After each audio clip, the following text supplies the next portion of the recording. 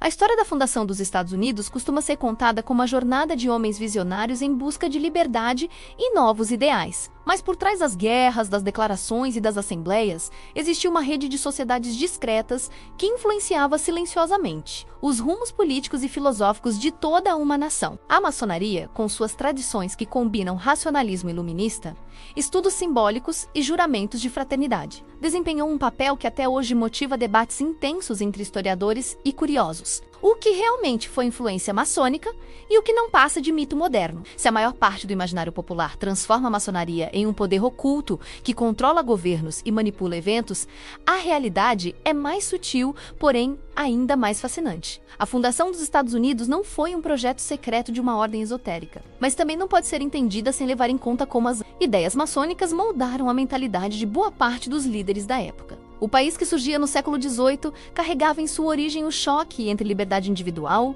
razão científica e espiritualidade simbólica, elementos que também definem o pensamento maçônico clássico. Um ponto essencial para compreender essa relação é entender quem eram os maçons daquela época. A maçonaria do século XVIII não era uma sociedade conspiratória como muitos imaginam hoje, e sim um espaço para debates filosóficos, discussões políticas e estudos de moralidade. Em países europeus onde a censura era rígida, como na Inglaterra, e na França pré-revolucionária, as lojas maçônicas funcionavam como ambientes relativamente seguros para questionar autoridades e refletir sobre ciência, direitos civis e filosofia. Por isso, o fato de muitos líderes americanos terem sido iniciados não é surpreendente. Isso os colocava em redes de comunicação internacional e lhes dava acesso a ideias progressistas que seriam essenciais para o nascimento dos Estados Unidos. Entre os fundadores mais conhecidos, 2 nomes se destacam como maçons documentados: George Washington e Benjamin Franklin.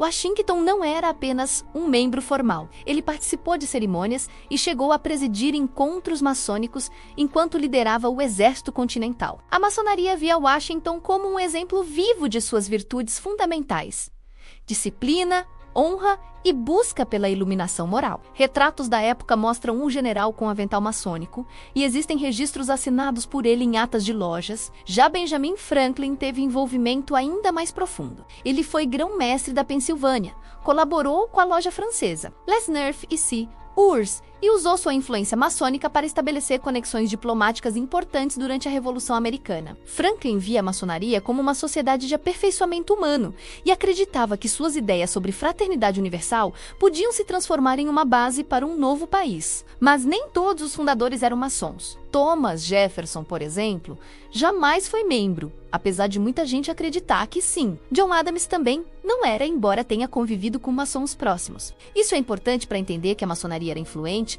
mas não dominava completamente o cenário político. Ela era uma peça do mosaico de ideias iluministas que circulavam na época. Porém, quando se olha para o conjunto dos homens que contribuíram diretamente para a independência e a formação do novo governo, é inegável que uma quantidade significativa deles teve algum vínculo com a ordem. O número exato é debatido, mas estimativas sugerem que cerca de 1/3 tinha iniciação comprovada ou participação em círculos maçônicos. A influência maçônica aparece não apenas em nomes individuais, mas em elementos concretos da construção dos Estados Unidos. Alguns dos símbolos mais icônicos da América estão relacionados com o imaginário maçônico, embora nem sempre de forma literal. O grande selo dos Estados Unidos, por exemplo, com a pirâmide incompleta e o olho radiante, costuma ser apontado como um símbolo diretamente maçônico, mas a verdade é mais complicada. O olho radiante já existia muito antes na iconografia cristã e renascentista, e a pirâmide era um símbolo comum do iluminismo. Não há registro de que o comitê responsável pela criação do selo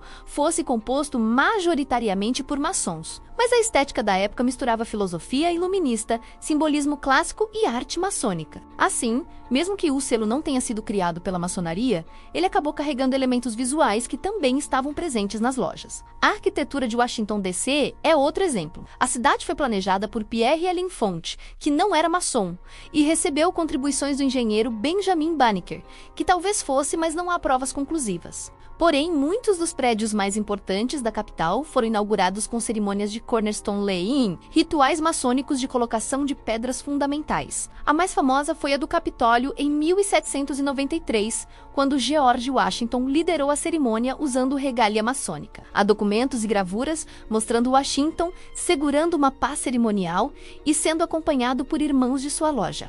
Isso é fato, e não mito. A maçonaria tinha prestígio público, e esses rituais eram vistos como símbolos de ordem, moralidade e estabilidade. Esse tipo de registro histórico ajuda a equilibrar a narrativa entre mito e realidade. A maçonaria não desenhou secretamente a capital americana, mas muitos de seus rituais e costumes foram incorporados, porque eram comuns entre líderes da época. Outro ponto de debate envolve a ideia de que os Estados Unidos teriam sido fundados como uma nação maçônica.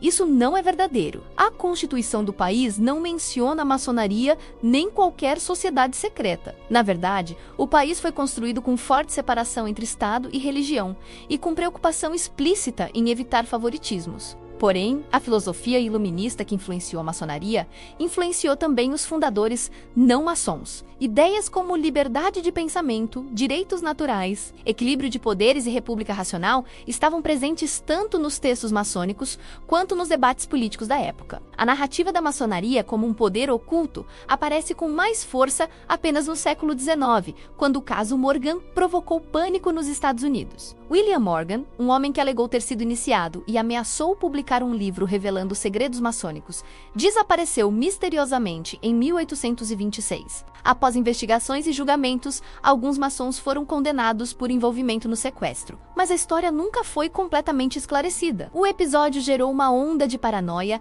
e o surgimento do Partido Antimaçônico, o primeiro partido político de oposição da história americana. Esse momento aumentou ainda mais o misticismo em torno da maçonaria, alimentando teorias de que a ordem teria manipulado a fundação do país. A ironia é que esse episódio aconteceu décadas depois da independência e revela mais um medo social de sociedades discretas do que qualquer poder oculto real. Voltando ao período da fundação, o mais interessante é entender como a maçonaria serviu como ponte intelectual. Nas lojas, colonos americanos encontravam estrangeiros, cientistas, comerciantes e intelectuais. Isso criava um ambiente fértil para a troca de ideias que ultrapassavam fronteiras. Em um tempo sem internet e com comunicação lenta, a maçonaria funcionava como uma rede global de debate político e filosófico. Esse aspecto explica por que tantos fundadores consideravam a ordem importante não como fonte de poder, mas como ferramenta de aperfeiçoamento moral. A maçonaria reforçava valores como responsabilidade individual, racionalidade, ética e fraternidade. Esses valores aparecem de forma clara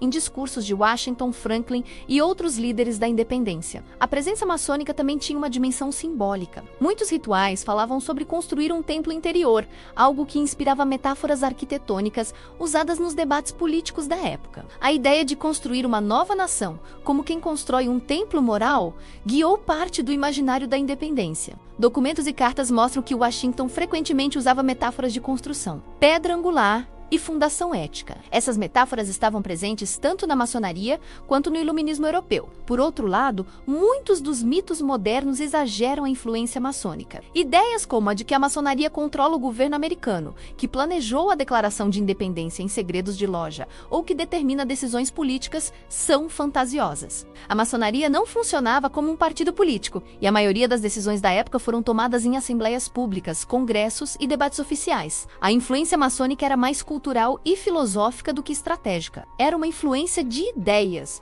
não de controle. O mistério que permanece e que fascina tanta gente nasce exatamente dessa mistura de fatos reais com elementos simbólicos. A maçonaria era uma ordem discreta e rituais discretos sempre geram curiosidade. Ela tinha membros influentes, e influência sempre gera suspeitas. E ela trabalhava com símbolos, e símbolos sempre alimentam interpretações amplas e até exageradas. Mas quando os registros são analisados com cuidado, a verdade se revela menos conspiratória e mais humana. Os Estados Unidos nasceram em uma época marcada pelo iluminismo, pela busca de liberdade e por sociedades letradas que discutiam ideias novas. A maçonaria era parte importante desse cenário, mas não era todo o cenário. A conclusão mais equilibrada é que a maçonaria ajudou a moldar os Estados Unidos não porque controlava seus líderes, mas porque compartilhava com eles valores que se encaixavam no espírito de uma nova nação. Liberdade de consciência, racionalidade, fraternidade e aperfeiçoamento humano são conceitos centrais tanto no pensamento maçônico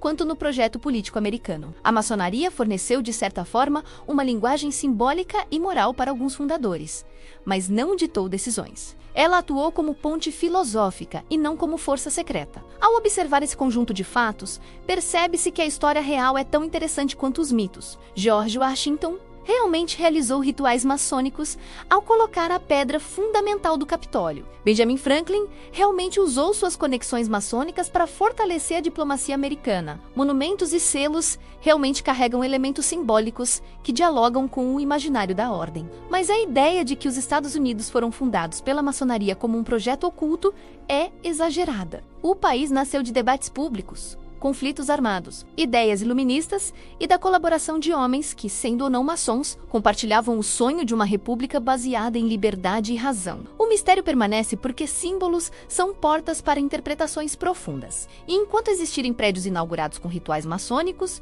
selos com ícones iluministas e fundadores com aventais bordados, sempre haverá espaço para perguntas. A fundação dos Estados Unidos é um exemplo perfeito de como história e símbolo caminham lado a lado. E às vezes é justamente nessa fronteira entre o verificável e o enigmático que a imaginação humana encontra seu território mais fértil.